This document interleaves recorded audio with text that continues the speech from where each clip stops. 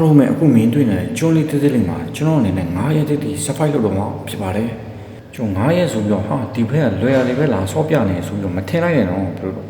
ုကျွန်တော်အနေနဲ့ဟာမုံဖွင့်ပြီးတော့နေ့အောင်ညအောင်9ရက်တည်းကိုစဖိုက်လုပ်ပြတော့ဖြစ်ပါတယ်ဟုတ်ပါတယ်ကျွန်တော်နာမည် Nas ပါကျွန်တော်ဒီချတဲ့ဗီဒီယိုမတင်ပြတာတော့ကျွန်တော်တစ်နှစ်ကျော်ရှိပါပြီဗျကျွန်တော်အနေနဲ့ personal ကိစ္စလေးအနေငယ်ရှိလို့ကျွန်တော်ဗီဒီယိုတွေမတင်ပြတာဖြစ်ပါတယ်ကျွန်တော် fan တွေအားလုံးကိုကျွန်တော်အဒီကနေပဲအနှုံးညွတ်တောင်းပါပါတယ်ကျွန်တော်ဒီနေ့ဆိုင်ကျွန်တော်ဗီဒီယိုတွေပြန်လုပ်တော့မှာဖြစ်ပါတယ်ကဲဗျာဗီဒီယိုလေးကိုကျွန်တော်စလိုက်အောင်ဒီကကျွန်တော်ဖလောင်းဆုံးနေကျွန်တော်ဘာကြီးလုပ်ရင်ကောင်းမလဲဆိုရင်တစ်ပင်တွေရတယ်အများကြီးရှိနေဆိုကျွန်တော်တစ်ပင်တစ်ပင်တော့ကျွန်တော်ခုတ်လိုက်အောင်ဒီပင်တော့ကျွန်တော်မခုတ်ရဘူးဗျာနော်ကျွန်တော်အဖြူအောင်ကကျွန်တော်တစ်ပင်ပဲရှိရဆိုတော့ဒီကောင်ပဲခုတ်လိုက်အောင် Okay ကျွန်တော်အနေနဲ့ကျွန်တော် crafting table တစ်ခုလုပ်မယ်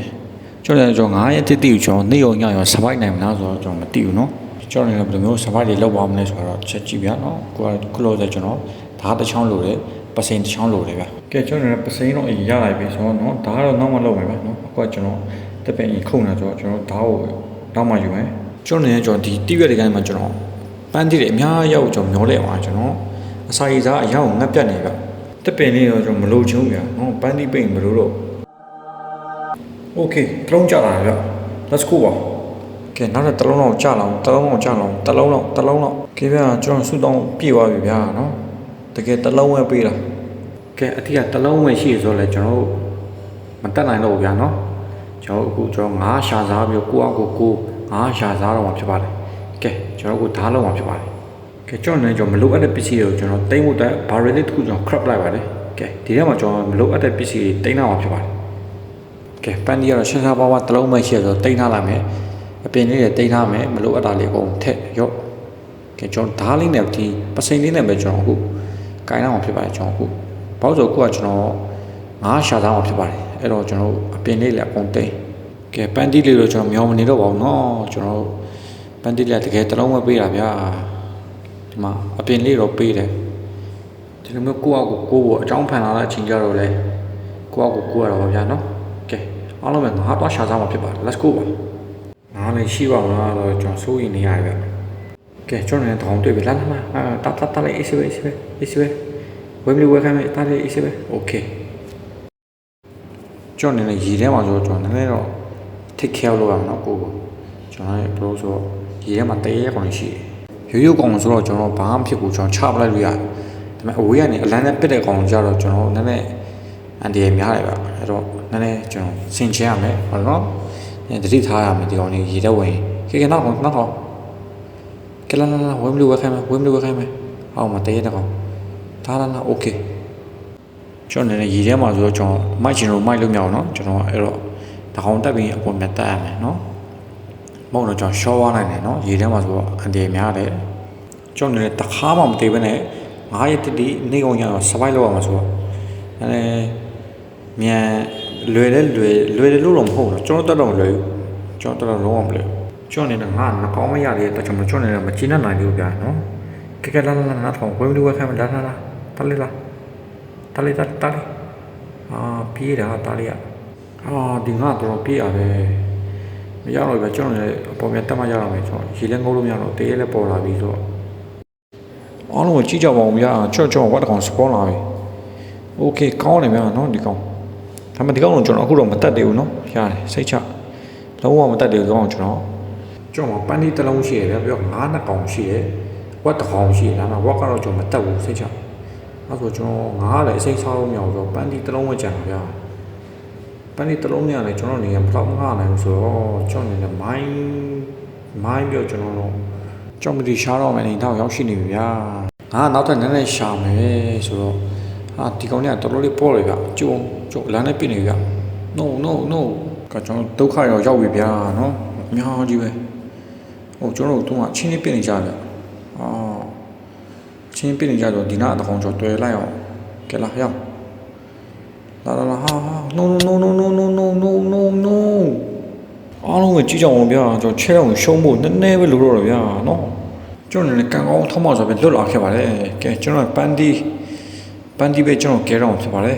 ်ကဲဟေးကျွန်တော်မလုံးအောင်မတတ်နိုင်ပါဘူးနော်ကျွန်တော်ပန်းဒီတစ်လုံးပဲရှိတယ်ဆိုမှလည်းဒီကောင်မှမဆိုင်ကျွန်တော်ရှော့တော့မှာဖြစ်ပါတယ်ကဲကျွန်တော်ဒီလိုနေတော့မရတော့ဘူးဗျာကျွန်တော်နော်ကျွန်တော်မိုင်း2ကိုတူးမှရတော့ဗျာနော်ကျွန်တော်အစာအစာတွေကချက်မှပဲစားလို့ရတော့ ကျွန်တော်မိုင်းတူးမှာပဲအစဉ်ပြီးတော့မယ်ဆိုတော့မိုင်းတူးကိုကျွန်တော်ပြင်ပါမယ်ကဲကျွန်တော်နေလဲကျွန်တော်ဘယ်လိုပြောမလဲမြေကြီးတွေကိုတူးတဲ့မိုင်းနဲ့ဟာလေးတစ်ခုခရမယ်ဒါပြီးရင်ကျွန်တော်စွန့်စားမှရအောင်ဖြစ်ပါတယ်ကဲမိုင်းတူးရဲ့ဆုံးကကျွန်တော်နေနဲ့ကျွန်တော်ကြောင်မီတွေရောက်ဖို့တော့ကျွန်တော်မျောလက်နေ please ကြောင်မီတွေမရှိကျွန်တော်တေးပါပြီအားလုံးပဲ let's go ပါကျွန်တော်ကြောင်မီတွေတစ်ခုတွေ့တယ်ဗျာနော်ကြောင်မီတွေရှိရဆိုတော့ကျွန်တော်အသက်ဆက်ရှင်ကိုအကြောင်းဖန်လာတဲ့အတူတူပဲပေါ့ဗျာနော်နှစ်ခုကျွန်တော်အများကြီးရဗျာနော်အများကြီးတွေ့ပါစေကျွန်တော်တော်တော်လေးတော့ထူးခြားနေဗျာနော်ကျွန်တော်ဒီကျွန်းလေးတိတ်လေးအောက်မှာကျွန်တော်ကြောင်မီတွေလာတွေ့ရဆိုတော့ဒါဖြစ်နိုင်ချေလို့ရှိပြီမဲ့ကျွန်တော်ကန်ကောင်းတာလို့ပြောလို့ရပါတယ်နော်ကျွန်တော်ဖျားမာတာလို့ပြောမယ်နော်ကျွန်တော်ကန်ကောင်းတာမဟုတ်တော့ဖျားမာတာ let's go ကျွန်တော်အပေါ်ပြန်တက်မယ်ဗျာကဲအခုတော့ကျွန်တော်ငါးချက်စားအောင်ပြောပါတယ်ကျွန်တော်ဘက်ကတော့မတက်သေးဘူးစိတ်ချကျွန်တော်ကငါးချက်စားမယ်ကျွန်တော်ကမီးတွေကြောင်မီးတွေရပြီဆိုတော့ကဲမချခင်ကျွန်တော်ငါးလို့ကျွန်တော်ဒီငါးဘာငါးလဲဆိုလို့ရှိရင်တော့ကျွန်တော် COD လို့ပြောတယ်ဘာငါးလဲ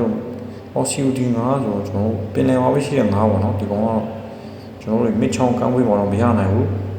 ပင်လယ်မှာပဲရှိတဲ့ COD ဆိုတာငါးတွေပေါ့နော်ဟိုရေတဲရောမရှိတော့တဲ့ကျွန်တော်လည်းငါပြန်ရှာမှတင်ဟာဒီမှာတော့ရောက်လာခဲ့ရောက်လာစမ်းရောက်ရော့ဝါရောက်မချင်းနဲ့အပေါ်တက်ခဲ့ရောက်လာခဲ့ရောက်မချင်းနဲ့အပေါ်တက်ခဲ့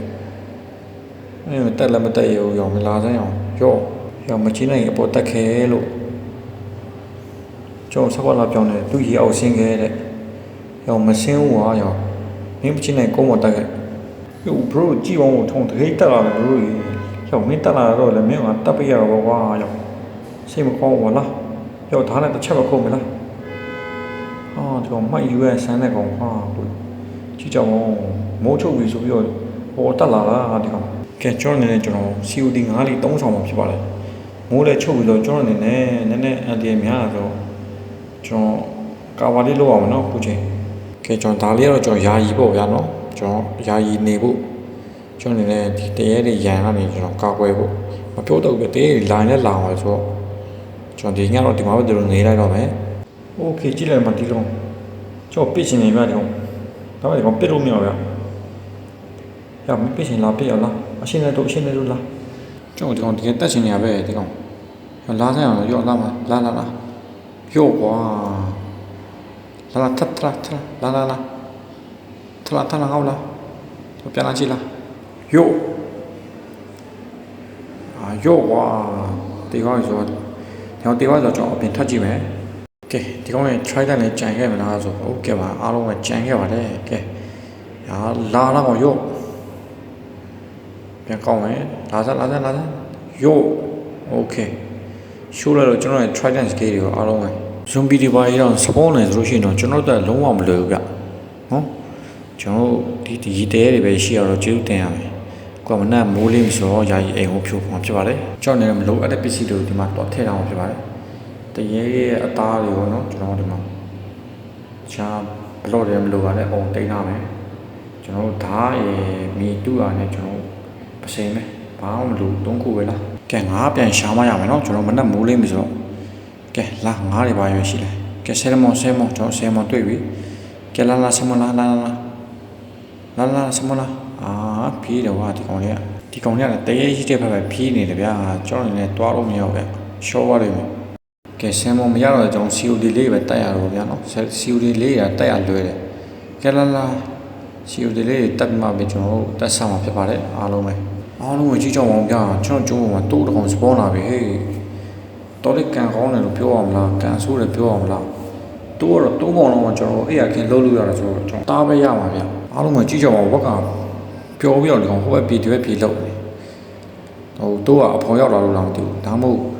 တိုးရောက်လာပြီဆိုတော့သူ့မတက်တော့ထင်ပြီးတော့ပျော်နေလားမသိဘူးကဲအခုကျွန်တော်ကျွန်းပေါ်ကကျွန်တော်မြက်လေးတို့ကျွန်တော်ခုတ်ပြီးတော့အစိတ်ဆန်လေးရှာအောင်ဖြစ်ပါတယ်အစိတ်လေးရလာလားပေါ့နော်ကျွန်တော်ဒီကောင်နဲ့ခုတ်ရမှာမဟုတ်တယ်ကျွန်တော်အစိတ်လေးတွေတော့ပေးပါလို့နော်တစ်စိတ်ပဲဖြစ်ဖြစ်နှစ်စိတ်ပဲဖြစ်ဖြစ်ကျွန်တော်ငါးရှာသားရုံနဲ့မရတော့ကျွန်တော်အစိတ်လေးစိုက်မှရတော့မယ်အစိတ်တစ်ခုရပြီကျွန်တော်တို့ငါးရှာသားတာတော်တော်လေးအန်တယ်များတယ်ဗျဒါကြောင့်မို့ကျွန်တော်အစိတ်ကိုရှာမှရတော့ကနောက်တစ်ခုတော့ဗျာတော့စကူပါကျွန်တော်အစိတ်နှစ်ခုရပြီဆိုတော့ကျွန်တော်လည်းကျွန်တော်အစိတ်ဆိုင်အောင်ဖြစ်ပါတယ်အစိတ်ကိုကျွန်တော်ရေဘေးမှာစိုက်ထားအောင်ဖြစ်ပါတယ် ကျွန်တော်မြန်မြန်လေးပြန်ပေါက်လာမယ်လို့ထင်ပါတယ်အသက်ဆက်ရှင်ဖို့ဆိုရှင်ကျွန်တော်လုံးဝကျွန်တော်ငါရှာစားနေရောလွယ်လို့ကျွန်တော်မှခြားလောက်ဆောင်မရှိပါဘူးအဲ့တော့ကျွန်တော်ငါပဲတတ်မှာဖြစ်ပါတယ်ကဲဆင်မဆင်โอเคသူဆင်မရိုးပါရရတော့ကောင်းကောင်းတယ်ရိုးရဆိုအားလုံးပဲကြည့်ကြပါဦးကျွန်တော်ကျုံးပေါ်မှာကျွန်တော်ခွင်းနဲ့ကောင်ထပ်ပြီးစပေါင်းလာတယ်ဗျကျွန်တော်တို့ဒီကောင်လေးအမဲလိုက်နေပြီအမဲဖြတ်နေပြီဒီကောင်လေးရတယ်ဗျကျွန်တော်တို့ကတော့ပေးတည်လိုက်မယ်ကျွန်တော်ခွင်းနဲ့ကောင်မွေးလို့ရပြီပေါ့နော်အဲကျွန်တော်အခုခွင်းမွေးဖို့တက်ကျွန်တော်အယိုးလိုတယ်ဆိုတော့ကျွန်တော်တို့ခုနဆယ်မွန်9တယ်ကျွန်တော်တွားပြီးတတ်မှာဖြစ်ပါတယ်ကျွန်တော်အယိုးကတော့တစ်ခုပဲရှိဆိုတော့ let's go ပါရအယိုးကတစ်ခုပဲရှိတယ်ဆိုတော့မချွေးနိုင်လို့ရနေနေဦးနေကဲလိုက်အယိုးနှစ်ခုရပြီဆိုတော့မျိုးကျွေးရှိရမှာလားကဟာမင်းအယိုးနှစ်ခုကျွေးရတော့မင်းငါခွေးမဖြစ်ဘူးလားဝါတော့ခွေးပါဝါတယ်ကောင်ဒီကောင်ဟောငါရှာဖို့လို့တော့ကျွန်တော်ဘာလို့လို့လဲကျွန်တော်မိုးတောင်ချုပ်သွားပြီဆိုတော့ကျွန်တော်ကိုကာကွယ်ရမှာဖြစ်ပါတယ်ဒီချိန်ကတော့ဘဲနေပြတိတ်ပဲမရှိတယ်ခွေးအယိုးနှစ်ခုကျွေးရတော့ကိုခွေးမဖြစ်ဘူးတဲ့တော့ခွေးပါဝါတယ်ကောင်ဒီကောင်ရောင်းနေမင်းတို့နှစ်ကောင်ဘဲမှရှောက်မသွားနဲ့နော်ဒီမှာပဲနေဒီကျွန်းမှာပဲနေမင်းတို့ကောင်လေးမင်းတို့တော့ရိုးယူခဲ့ပေးမယ်ဟုတ်ပြီလားကဲကျွန်တော်အနေနဲ့ကျွန်တော်မနဲ့မိုးလေးတော့မှာဆိုတော့ကျွန်တော်တို့ခွေးတက်ရိုးဝရှာရင်ငါးဝရှာရင်ကျွန်တော်တို့ပင်လယ်လေးကိုခဏဆင်းမှာဖြစ်ပါတယ်ကဲအခုမနဲ့မိုးလေးမဆိုတော့ကျွန်တော်အနေနဲ့ day trade ကိုဖြတ်တန်းမှာဖြစ်ပါတယ်โอเคငါးတယ်တော့အများကြီးပဲဗျလာတာဟို COD တော့အယိုးမရောက်ထင်တာပဲဟေးဘလို့လည်းမသိဘူး COD ကရိုးမရောက်ဒါမှမဟုတ်အသားရဆိုတော့ကျွန်တော်တပ်လိုက်မယ်ဟာဒီကောင်ကြီးကတော့စောစောဆေးဆေးကွာကြည့်ပါဦးမလုပ်ကြပါနဲ့လို့တောင်းပန်ပါနဲ့ကျေးဇူးပြုအားလုံးကကျွန်တော်နေနိဗ္ဗာန်ရောက်လို့မလို့ဗျာကြည့်ကြပါဦးအားလုံးကကျွန်တော်နေနဲ့ချင်းလောက်ကိုကြာရှုံးတော့ပြီပဲဖြစ်ပါတယ်ခင်ဗျာအဲ့တော့ကြောင့်မို့ကျွန်တော်နေနဲ့နောက်ဗီဒီယိုမှာပဲအားလုံးကိုပြန်တွေ့ချင်ပါတယ်ဒီဗီဒီယိုကတော့ဒီလောက်ပါပဲကျွန်တော်နာမည် Nas ပါကျွန်တော်ဗီဒီယိုလေးအရင်လို့ပြန်တင်ပါတော့မယ်နောက်ဗီဒီယိုမှာပြန်တွေ့ကြမယ်